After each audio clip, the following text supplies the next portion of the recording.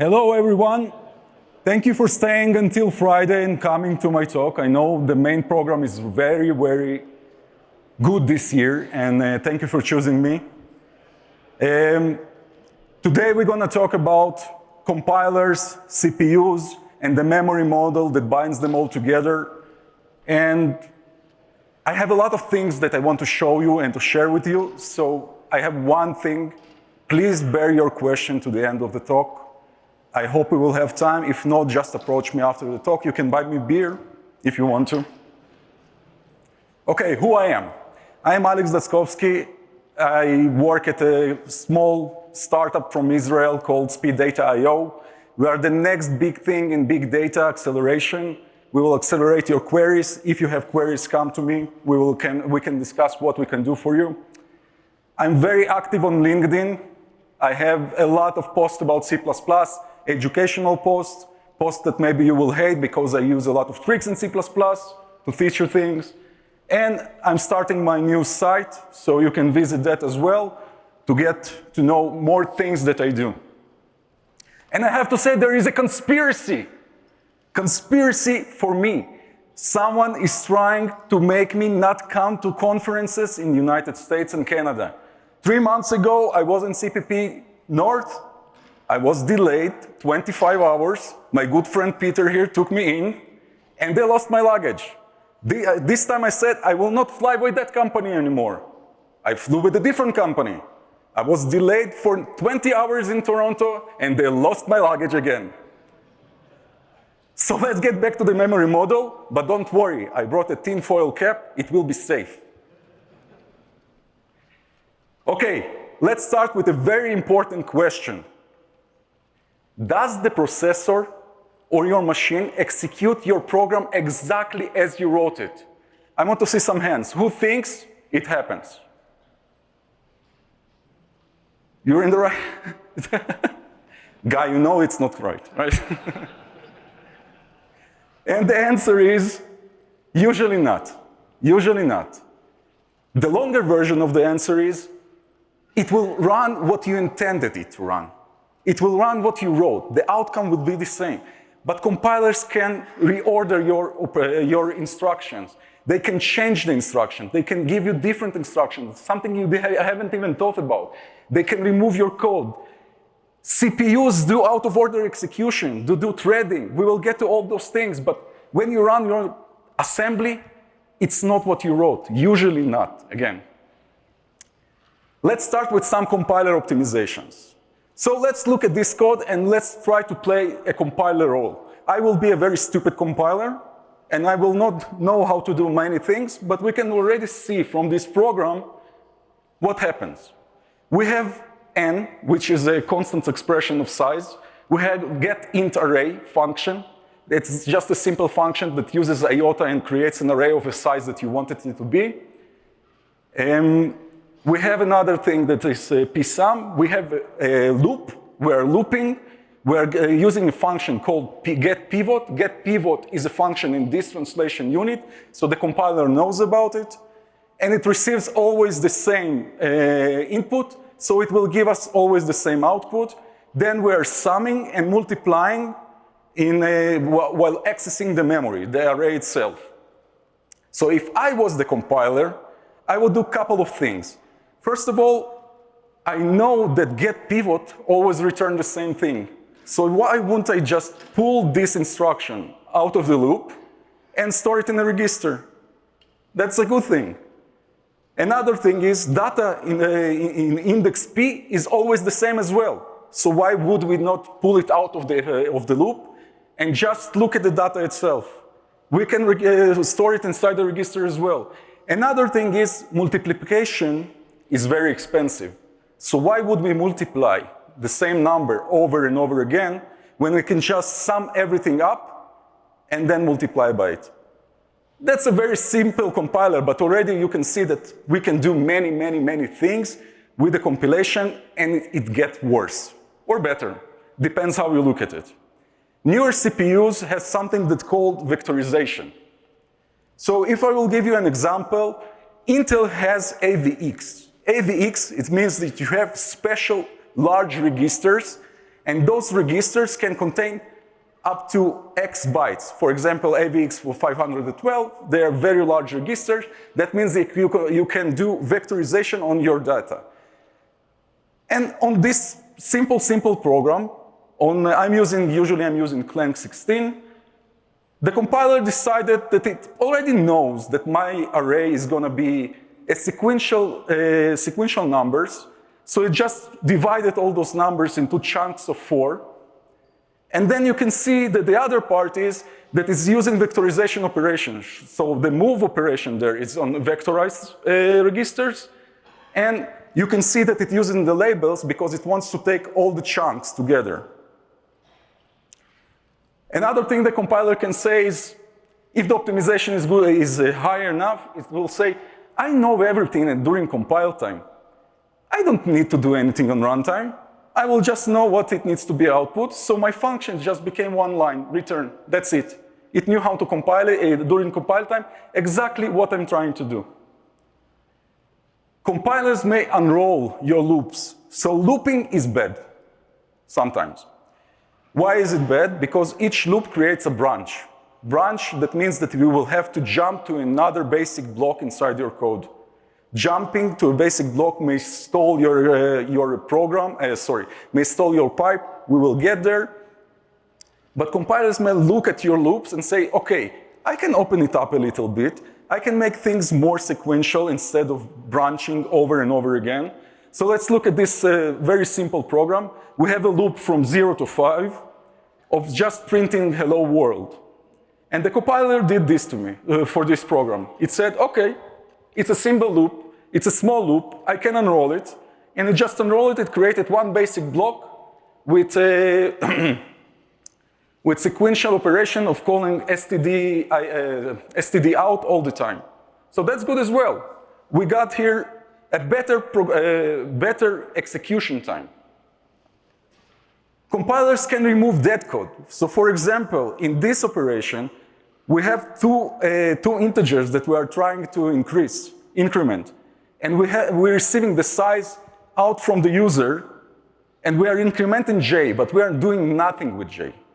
And the compiler will not warn you about it because j is actually used inside the function. It's not unused, but it's good enough for the compiler to do this. He's saying, you're incrementing only I, j is not important here, so why do you need the loop? You already know the size, so let's just return with what we got, and that's it. That's all. It removed all the dead code, it removed everything, and it made something smarter, so the execution time will be better. Now let's go to CPU optimizations. We're going to speak about von Neumann architecture CPUs. Von Neumann architecture CPUs are most used CPUs in the world. And I will simplify a little bit because von Neumann architecture is really hard or easy, depends, it has a lot of things about it. And you can watch one of my talks from last year about high query acceleration, where I explain more about CPU's architecture and how it was made. So here I want to illustrate. Inside von Neumann machines, we have pipelines. This pipeline has 4 stages. It has fetch, when we are fetching instruction from the memory into the pipe. It has a decode stage, where we are decoding the instruction and we understand what we need to do there. Execution stage, that means that now we need to actually execute it. We are sending it to the execution unit, for example, ALU or FPU, and then we are writing it back to the memory. So what does it mean? It means if you have an instruction that needs to write to the memory, for example, if it needs to write to the memory, it will stall for a long time. And then if we are doing in-order execution, that means that our latency grows. That means instructions that have nothing to do with the instruction that writes to the memory right now getting stalled for no reason. Before we will continue to the out-of-order execution, I wanted to talk about another optimization that CPUs are doing. That's branch prediction. I already mentioned that branching is bad because you will stall and maybe you will do something wrong. And the compiler doesn't, the CPU doesn't know if you took the branch, didn't take the branch. It needs to wait for the operation to tell it what exactly needs to be done here. So most CPUs have something that's called branch prediction. Here I'm showing the simplest branch prediction there is with 2 bits. 2 bits counter and a state machine. That means it presumes that this branch will be taken or not. And then it will load all the operations from the memory and try to execute them, even though maybe he's not correct. That will make your program faster if you have a lot of branching and it's taken or not taken most of the times. But it will give you a little bit stalling because it will need to flush if it did something wrong, if it brought the wrong basic block in and started doing the wrong instructions. It will just need to flush everything and to start over. Now, out-of-order execution. Why out-of-order execution is so important? With in-order execution, we used to stall all the time. Out-of-order execution says, okay, let's bring things from the instruction memory. Let's see if they have data hazard or structural hazard between them.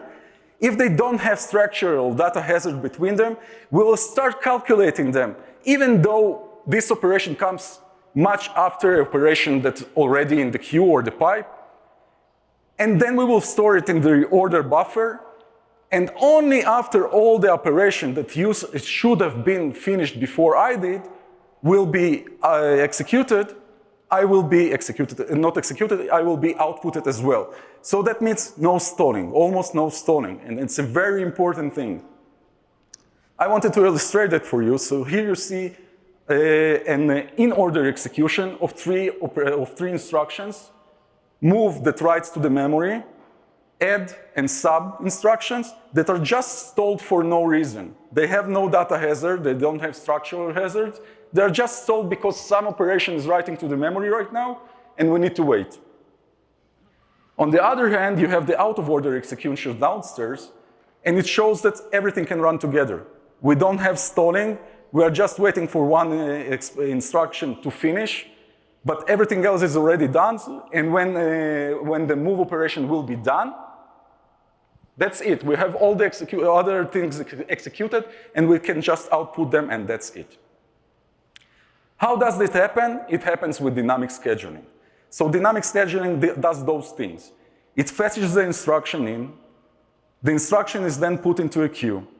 If all operands are available, we can start executing the instruction. Instructions that are issued functional units need to be with all operands. And only if all older instructions are done, we can pull that instruction and just output the data. To do that, we need to check for structural hazard. Checking for structural hazards mean, do we have an actual execution unit that is available to us right now? Can we execute this thing? If not, we will have to stall. And we will need to check for data hazard. Data hazard means if we have all operands, is the instruction reading from the memory? Is it dependent on another instruction? If it is, we will have to stall because we cannot do something that will break the order of things. Instruction can be executed even if all the instructions are in the pipe and they haven't finished yet. So we can do it. And ready instruction can be executed before instructions that came before them.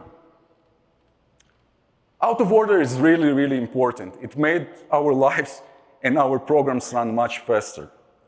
Another optimization that is very important for CPUs is caching. So you know that when you try to access the disk or memory, it's very expensive. And that's why CPUs use caches. Caches, the closer the cache is to the CPU, the smaller it gets and the faster it gets. And if something needs to be evacuated from the cache, it will be evacuated to L2 cache, to the cache that is a little bit farther away from me, but still it will cost me less when I need to use the data again. So those things are very important, and caching is using cache-friendly algorithms is really important, because if you're using cache-friendly algorithms, usually your program will run faster. What does it mean in C++? All that we said right now. C++ says those things. Data dependencies must be honored. Yeah, that's fine. C++ compiler may reorder any or all your operations under the as-if rule. We will talk about it in a second. Different processors have different reordering guarantees. We don't know anything. I mean, you have to know with which processor you're working to understand what it guarantees. What is the as-if rule? As-if rule says that we can change all the operations in any or all operation inside your program as long as the outcome will stay the same.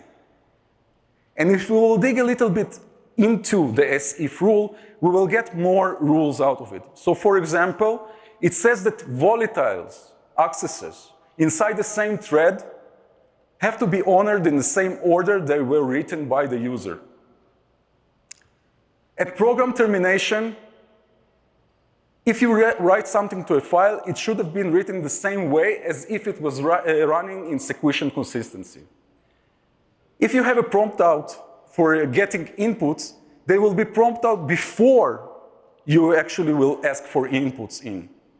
And executing from external libraries, things that the compiler cannot deduce, it cannot understand, they will have to be in the same order because those things might have those things might have consequences, and so you don't know, and they need to be done in the same order. But as-if rule is not always there for us. So if the program has an undefined behavior, surprise, like everything with undefined behavior, it's undefined behavior. You don't have as-if rule anymore, and everything and anything can happen. Another thing that doesn't respect the as-if rule, but it's a good thing, it's the copy elisions. We have copy elisions in the language since C++ 17 that are mandatory. So that means that the compiler can omit constructors and destructors from the program, and it still will work, and we will just save us time. What does it mean for multithreading? Let's look at those two threads. We have two simple threads here. Each of the threads is trying to set a flag to 1. Then it's asking about the second flag from the second thread. Is it 0? Because if it's 0, it's like a mutex for poor people. So if it's 0, we can go and start doing the critical section. If it's not 0, that means that the other thread is actually working right now, so we cannot do anything. But what would happen here? We have a problem here. The compiler may reorder this. It may say, okay, you are using flag 1, and then you're checking flag 2. No data hazards between them. We will do the check for flag 2 before, and it may do it for the second thread as well. And that means that both threads will go in in the same time. Or maybe we will have starvation here because thread 1 will wake up, will put flag 1 as true, then we'll go to sleep because of the scheduler. Thread 2 will wake up, put flag 2 as 1 as well, and then we'll go to sleep, and then we have deadlock. What can be done about it? There are a couple of things, but the most important thing to understand is we want sequential consistency. Sequential consistency means that if you execute a program, you want the program to be executed as if it was executed with sequential consistency. All the processors that you have will execute the program in the same order. That's a nice thing to have. But we don't have it. It's really expensive. The compiler does not promise that, and that's a problem. But don't worry, we have something else that's called SCDRF. Sequential consistency if and only if your program is data race free. So that means that if your program doesn't have data races, it will be as if it is sequential consistent. To do that, those languages have to provide synchronization mechanisms. Synchronization mechanisms will create something that's called happen before.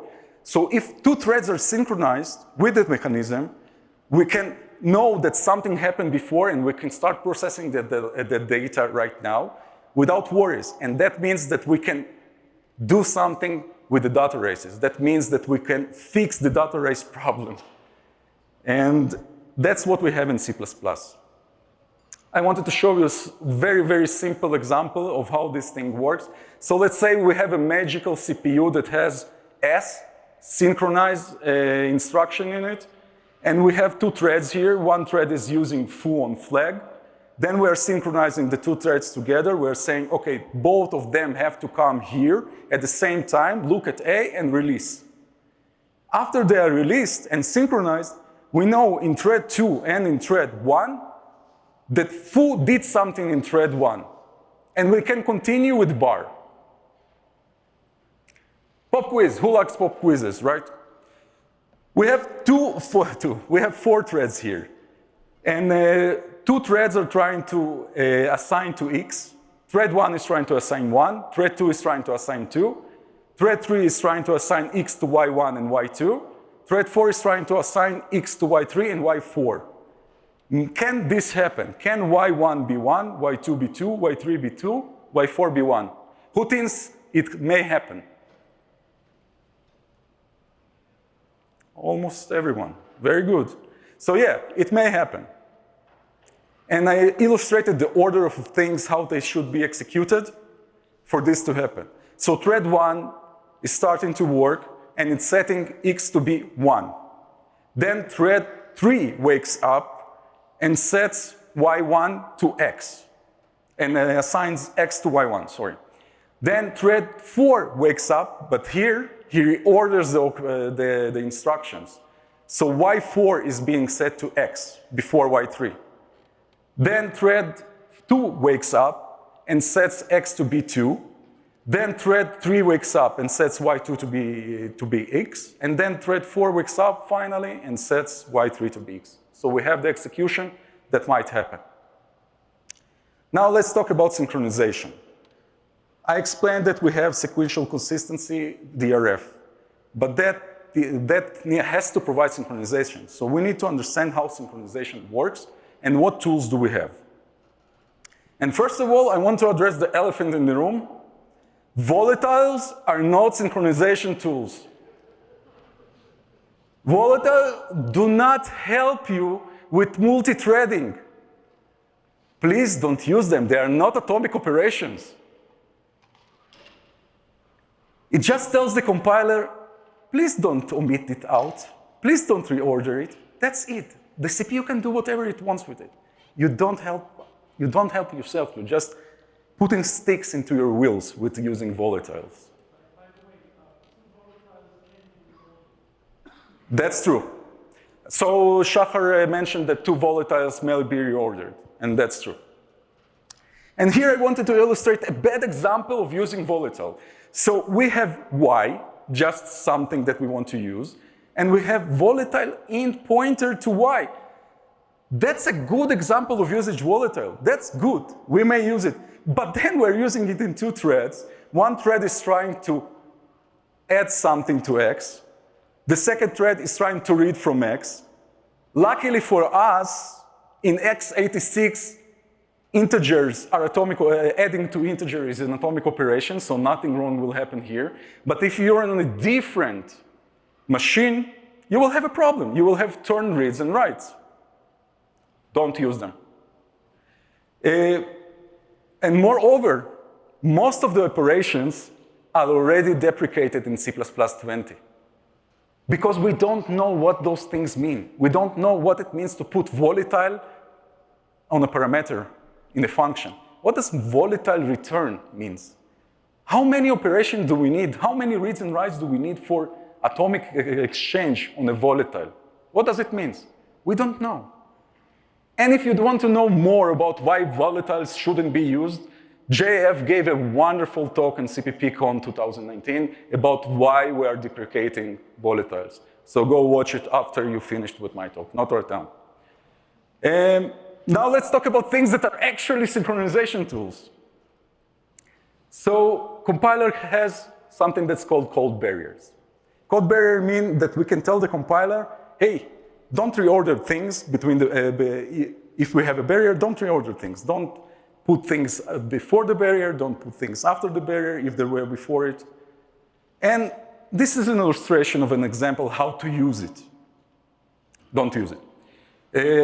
We have a very expensive and long operation that's called value long calc. And then on the second thread, we are waiting on done. Then on the second line on both threads, we have something that's called memory fence. We are starting with ASM. That means this is an assembly block. Then we are using Volatile. Volatile tells the compiler, don't optimize it out, I need it. Then we are saying this is a memory fence of type memory. That means that memory it will not reorder memory operations around the fence. And that means that we are synchronized here. That means done will be done actually after very long calculation is done. So it's a good thing, but the standard has so many standardized tools that we don't need to write it. C++ gives us so many tools, so much force, don't use the force. Most locks and atomics that you know, that they are synchronization tools as well, so we can use them. Now let's understand what a memory barrier is. There's so much to say about memory barriers that I could fill a full hour about memory barriers only. I will not do it because I want to show you some tools that you will actually use at your workplace with C++. So let's understand two things about memory barriers. Two important things that if you understand them, you can understand everything else. Maybe except one memory order thing that I will not mention. We have acquired semantics. Acquired semantic works on reads. That means that it looks at reads and it thinks that it makes them read, modify, write. And it says all following instructions cannot be reordered before me. And to illustrate it, it looks like this. If we have a read acquire, then we have a fence, and then we have all other memory operations underneath there. That means none of the operation can cross the fence upward. But under the fence, they can do whatever they want. We have a release semantic. It's the exact opposite of the acquire semantic. Release semantic works on writes. It means that it looks at the instruction as read, modify, write as well. And it says, I will put a barrier that you cannot, if you have things that are preceding you, they cannot be reordered. So here is an example as before. We have the write release one. We have a barrier upstairs. None of the operation that preceded me can go down after the fence. So we cannot be reordered. And if we will use both of those things together, we will have a full barrier. That means inside a block where I'm writing all memory operations stay between the lines, that means all memory operation there will stay between the lines, but nothing is promised about the memory operation inside the block. So the compiler can still reorder those, but none will go up and down the barrier. Now let's talk about C++ concurrency tool. What do we have? What can we actually use for our benefit? So the first and the most important tool that you have from C++11 is thread. Thread is an X-platform thing that just gives you the ability to write threads easily, and your program will run on any system because it knows which one of the threads it needs to use. If it's a pthread or something else, it will do it for you. And it's really easy to use it as well. Who used pthreads here? Almost everyone. So you know how horrible it is to write pthreads. It's not that bad, but still, it's not that good. And here, all you need to do is just to start a thread, give it a lambda or a function or whatever you need, and join it. That's it. As simple as that. Thread local. Thread local is a storage thing that was added in C++11 as well. Thread local is good for data races. It means that each thread will have its own copy of a variable. And that's a good thing if you need something that all threads will use the same variable, but they will have their own copy of that. That's really easy to use, really easy to implement. It's a nice thing to have and understand and know that it's there in the standard. So you have an example how to use it here. We have a very simple function that's called doCount, and we have the thread local variable inc. The doCount function receives a string view name, it receives a count how much times we want to increase something, and then we have to use a reference thread because we are using threads, and so that means that we need to return the type somehow outside the thread. It will get a little bit better, but for now we will just use the reference. And the function itself is just increments it, the inc, and assigns inc to ret. The main thread, we are creating array and RB, we are executing thread A and thread B, providing them with 10 and 20, and then we have to wrap the return types with a std_ref. Well, we need to do it because when you execute a thread, you copy everything inside it. So here we are just saying, hey, it's not something that you copy inside you, it's a real reference. So we still need to use it because we want to get it from the main thread. Then we are running the threads, and the execution is exactly what we wanted. We have 10, 20, and 0 in main. It's really important to remember that the main thread is a thread. It has its own copy. But of course, like everything with C++, we like to abuse everything. And I actually seen something very similar in the code base. So they used thread local and provided a function with a pointer to the thread local variable. What does that mean? What does it mean to provide a pointer to a thread local variable? Who wrote it forgot that you are running on a thread as well. That means it depends from where you are passing the pointer to, but you are using the actual storage from that thread, and you are passing it the same storage. You just broke what thread local is supposed to be doing. And here we have the example of doing that. We have the same function, but we are providing it with a pointer to value, and we are increasing value instead of increasing ret, of increasing inc itself. Then we are providing it with a reference, the pointer to inc from the main thread. That means both threads will work on the same variable, and then we are printing, and ta-da, nothing good happened from this. So it's not fine. Don't abuse your system. Do whatever is necessary and know how things work. Atomics. We talked about barriers. We spoke about barriers a lot when we try to understand how barriers work. So atomics is a very, very good tool that we got from C++11. We can do everything we used to do with ASM, or we had to use a compiler intrinsic. Now we don't need to do it because the standard provided us with all those good tools that we can use. Those are the memory orders that are supported in the standard, basically all memory orders.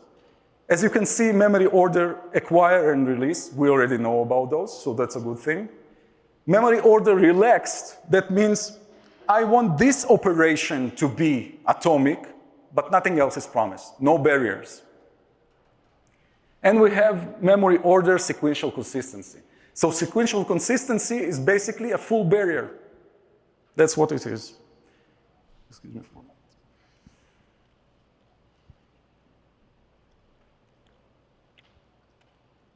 Okay. Now let's illustrate how we use it. So we can use it as a fence. We can actually call an atomic fence here. And we are saying, okay, we have an integer here, and we have an atomic integer here with ready, and we are assigning, in thread 1, we are assigning A with 42. Then we are using atomic thread fence. That's an actual standard call. And we're saying we want this to be memory order released. We're putting a barrier. And then we're storing with memory order relaxed, because we just want this to be an atomic operation, that's it. On the second thread, we are loading with memory order relaxed, because we just want it to be an atomic operation. Then we are using an atomic thread fence with memory order acquire. We are putting a fence. And then we're setting R2 to A. And we know that those two things will be synchronized.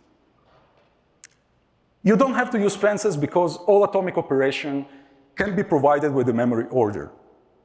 So here we have the same example, but instead of using the memory fence, we're just using the atomic operation itself. We're saying in thread 1, we're saying store 1 with memory order release, and we're putting a fence.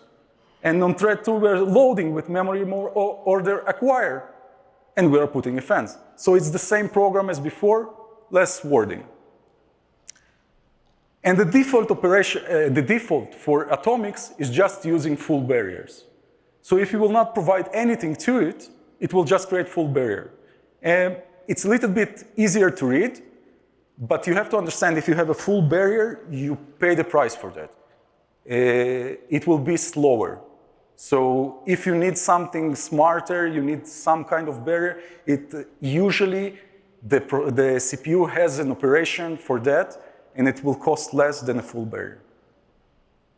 Let's talk about performance a little bit. Loads on x86 for primitive types are just atomic operations for free. On other systems, you may use locks, or you can pay with that with fences. So you need to understand on which CPU, on what system you're working. It's really important. Stores, even on x86, stores use exchange. Exchange is a full barrier operation. So you're paying the full price for stores. Here I wanted to illustrate an example of how using std_atomic for a spin lock. So we have a function here that receives an atomic bool, flag, and then it spins on the flag. Why is it spinning on the flag? Because we are using exchange. Exchange is an atomic operation that says, I will try to put something inside the atomic variable, and the function will return whatever was inside that variable before. So if we are returning true, that means some other thread already acquired the atomic operation. And if we will get false, that means that thread has released us. So we can actually put true there because we are putting true now, and we are acquiring the lock. And we can continue to do what we need. So after the spinning, we will print out some text about spin lock open doing stuff, and worker releasing lock, and we're releasing the lock. Then on the main section of the program, we have the flag itself, we created it. We have a thread created that is a holder of the lock. It will sleep for 1 second. Then it will print that it releases the lock, put the lock as false. Then we have another thread that will spin on the bool. And then we have to provide it with the flag itself because the function needs it. Then we're joining everything. And we get exactly what we expect. Holder releasing lock, worker spin lock open doing stuff, worker releasing lock. We have synchronization between two threads. A very good thing that was added in C++20 is std_atomic shared pointer. So as you know, shared pointers are not thread safe. The only thing that is thread safe in a shared pointer is the control block. Is basically there has an atomic counter inside it, and this atomic counter is thread safe. Everything else is not. So since C++20, we can use std_atomic on a shared pointer. The only problem with it, all implementation uses locks. So it's not lock-free. So if you want to learn more about those, Timur, last year, he had a wonderful talk about implementing a lock-free shared pointer. And it was a very, very good talk. And this year, Daniel took the same thing, but he implemented it with hazard pointers. So that was a very good talk as well. I really suggest when it will be out on YouTube, go watch it. Future and promises. Those were added in C++11. Future and promises is a good way to synchronize and basically transfer data between threads. So what does it mean? You have a promise that promises that something will be done. And inside the promise, you have a feature. So you can take that feature and wait for it. And in this example, we have a promise, P, that we are using inside the thread 1. We are providing it with P. We are sleeping in the thread for a second, and then we're setting it to 42.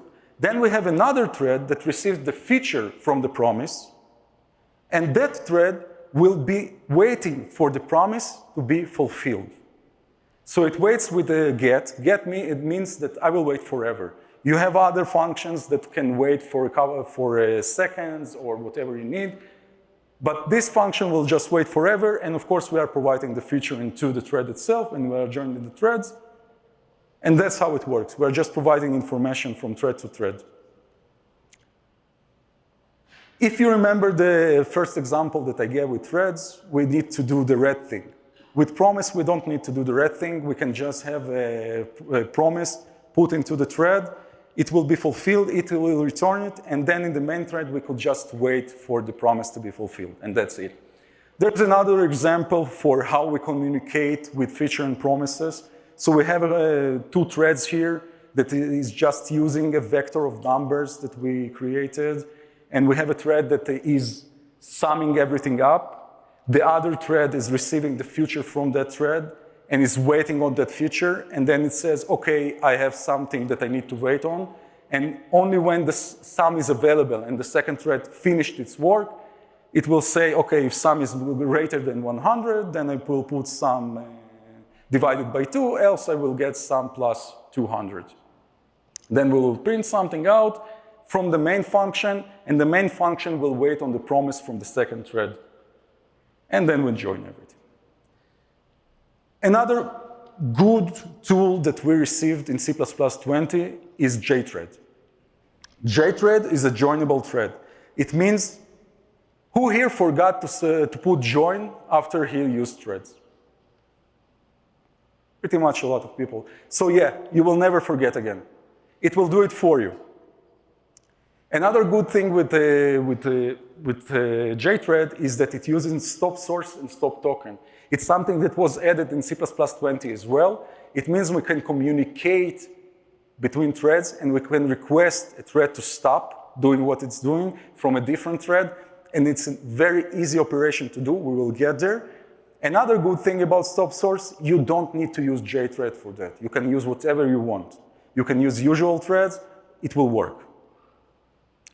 So here's the same example that we saw before, but the only thing that is different here that we don't have the joins. Mutex has conditional variables and log guards. I hope everyone know about them because they're in the systems, in the standards since C++11. It's really easy to use the RIAI that we are receiving from log guard. Here we have a simple example that we are using in mutex, and we are using the log guard. The log guard will just acquire the mutex, and then it will release it when the function will get out of the scope.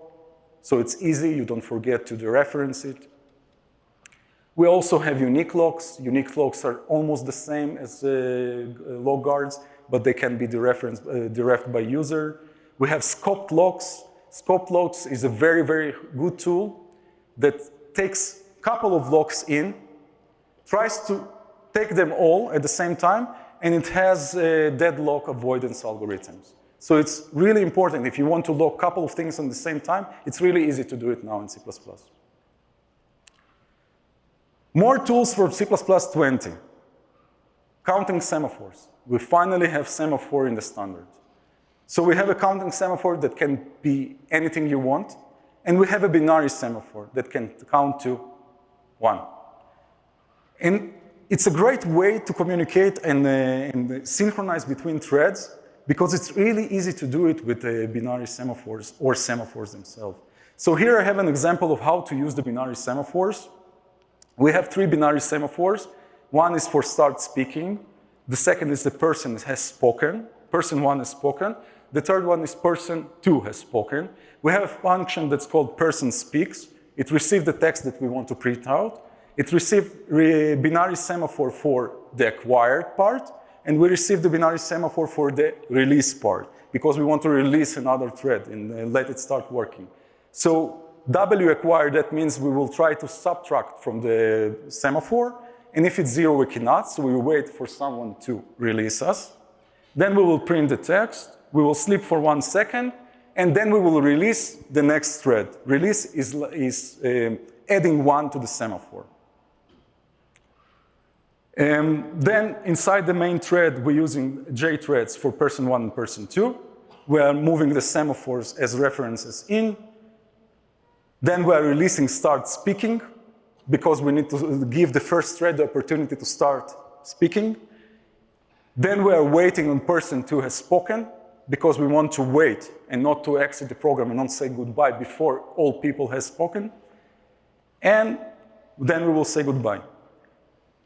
And that's exactly what we wanted. Hello, person 2, hello, person 1, goodbye. We have synchronization between 3 threads, and it's really simple. Now an example with stop source. So stop source can be used in 2 ways. You can provide a stop source to a thread, or you can use a stop source from Jthread. In this example, we're doing almost the same thing as before, but we are querying the stop token. We are saying, did someone ask you to stop? If someone did, that we will stop the operations inside the loop. If no one wants us to stop, we will keep working. And then we are releasing, exactly the same as before. Another thing that we had to add here is a scheduler, stop speaking. So we are receiving into this function, we're receiving an array of stop sources, and then we're stopping them one by one. We are requiring them, please stop working. In the main thread, we're creating the array of stop sources, then we're creating the 2 threads, then we're providing the threads with the stop token from the stop source. We're releasing it, we're doing the same thing, and we're getting exactly what we expected from it. We have 4 times, hello person 2, I'm person 1. We have 4 times, hello person 1, I'm person 2, and then we're saying goodbye. So communication between threads and synchronization of threads became much, much easier in C++20. As I mentioned, Jthread has the source already in. So you don't need to provide the source into it. All we need to do here to use the source from Jthread itself is to put the stop token as the first parameter to the function of the thread. And if it's the first parameter to the function of the thread, it will be provided to the thread by the Jthread itself, so you don't even need to think about it. We are doing almost the same thing, just we are creating the array of stop sources just for the scheduler thing, because it needs to know the stop sources. It will stop us, it will request us to stop. And you might ask yourself, what does it cost me? So I ran a few benchmarks, and as you can see, I even ran it with pthreads, and almost everything is the same. Using stu-thread, Jthread, pthread, they're all getting the same results. I just have the first column, my implementation wasn't that good, so I had to do some things with it to make it run a little bit faster, but it had nothing to do with the thread itself, just me. And this one is one of my posts on LinkedIn, so if you want to play around with the benchmark, you are more than welcome. It's out there. More tools. C++20 gave us latches and barriers. Latches that mean that all threads needs to do something, and only then we will be set free. But it fires only once. Barriers, on the other hand, are very similar to latches, but we can reuse them, and they can receive a callback operation after they are released. Here's an example of using a latch. So to use a latch, we're creating a latch itself for jobs. The size inside the latch means how many times, how many threads will need to decrement it to finish the job. And we have another one that's called go home, just with one, because just one thread will need to work on it. We're creating people, Alex, Danny, and everyone else. We have a vector of workers that will be filled with Jthreads. We have the job itself. The job itself says, okay, Mr. X start working. Then we are counting down and continue. Then we are waiting on go home. And then we are printing out, okay, I'm going home. In the main function, we push back all the Jthreads with job and P. We are waiting on jobs because we want the main thread to stop until all jobs are done. Then we are printing go home. And then we are using countdown on go home. That means that we are releasing all other threads. And we get exactly what we wanted. Again, synchronization between all threads. We get all people started working. The manager says go home. And then all people are going home one by one. Barriers. So it's almost the same as latches, as I mentioned, but here we're using it a little bit different. So barriers can be refired. We don't need two barriers here because we are using one, and we have the onCompletion function. OnCompletion will be called twice in this case. One time it will print go home, the other time it will print done. We're creating the barrier when we're saying the size of the barrier is the size of the vector of the people, and we are providing it with onComplete function. Then the job itself, the function for the job is almost the same. We don't need two things. We're just telling it, okay, Mr. Barrier, I'm arriving now. Please decrement it and wait.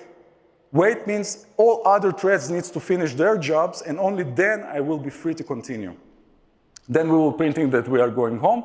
And then again, we are saying we can restart the process. We're saying I arrived, decrement it, and wait for all other threads to stop. And we get this. Even with barrier, it's easier because you don't need more latches to do it. You have just one synchronization tool. You are doing it with one thing, and you're getting the same answer.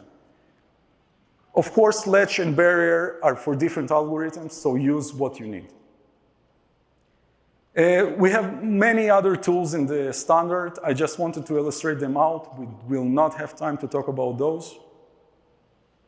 One thing that I wanted to mention is that static is magical since C++11. That means it will be guarded. And if you have two threads that are trying to initialize the same static variable, the first thread will succeed, the other one won't. If you will look at the disassembly from x86, you will see guard variable for get once. That means it's guarded. We have the call once function and call once flag from C++11.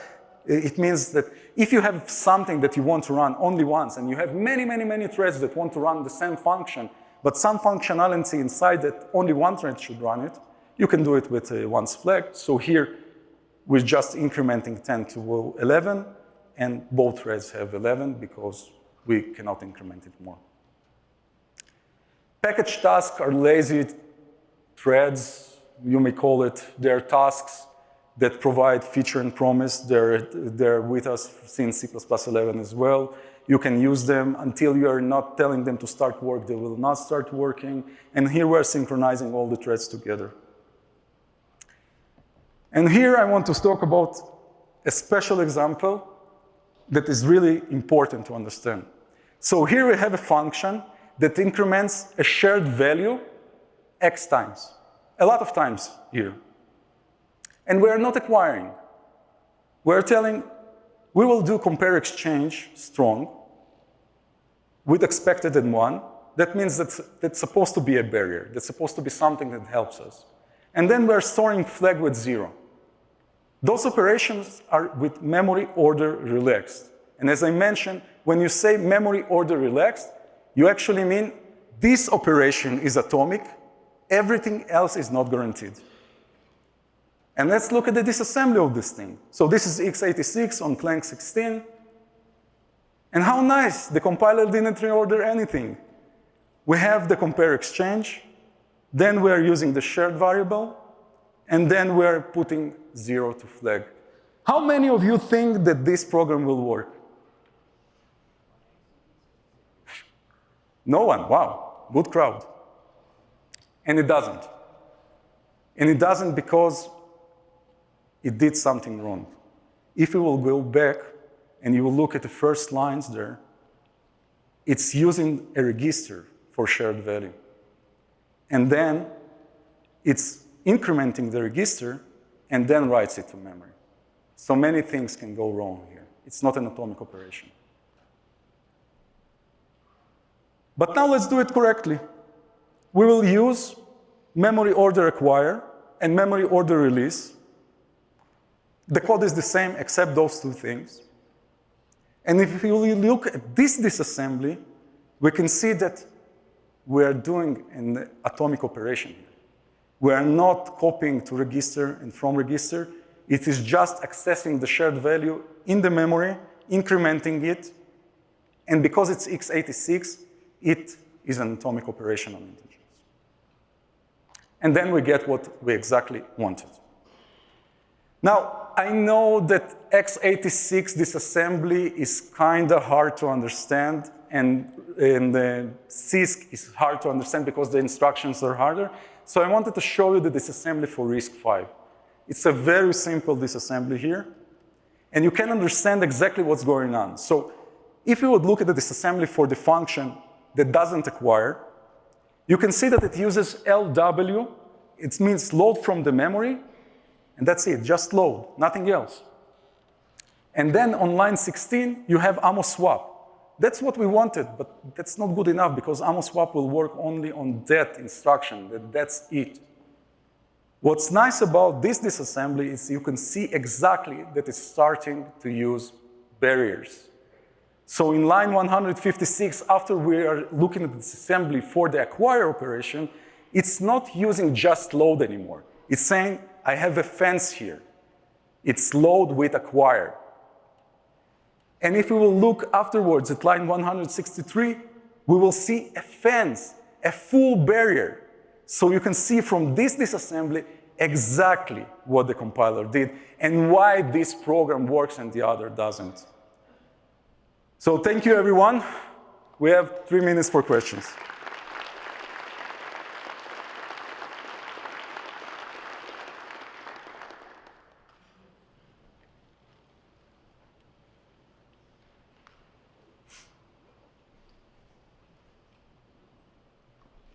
Question. Hi. Sometimes we use the volatile keyword if we have a register that we don't want the value cached, and we want to always be reading, say, from a hardware-associated register in our code, maybe shared memory buffers between 2 different processors. Did you say it's being deprecated, and what would be a better method if so? Most of the usages are being deprecated, but using the volatile for something that you don't want the compiler to reorder, that's fine, that's still fine. Okay. But between 2 threads, it will not help you. Right, not for threads, mostly. If it's in the same thread, actually in the SIF rule, it states it, that if you have volatile operations inside the same thread, those will be satisfied. Those have to be satisfied as if they were written by the user, so they will not be, like, they have to happen together at the same time. So that's fine. If it's the same thread, that's fine. And you still have some things that you do need to use volatile for. For example, if you're using... Caching, for instance. Not caching, for example, or using long jump. For long jump, using volatile is fine. Hi, thanks for the talk. For stop source, is it fundamentally different than just using an atomic that you would pass in, or is it just an abstraction? Like, it's an abstraction layer that we got in C++20. So it's not something that special, but you have it in the language. So use it because it's a nice way to communicate between threads. You don't need to implement it by yourself. That's the good thing. Thank you.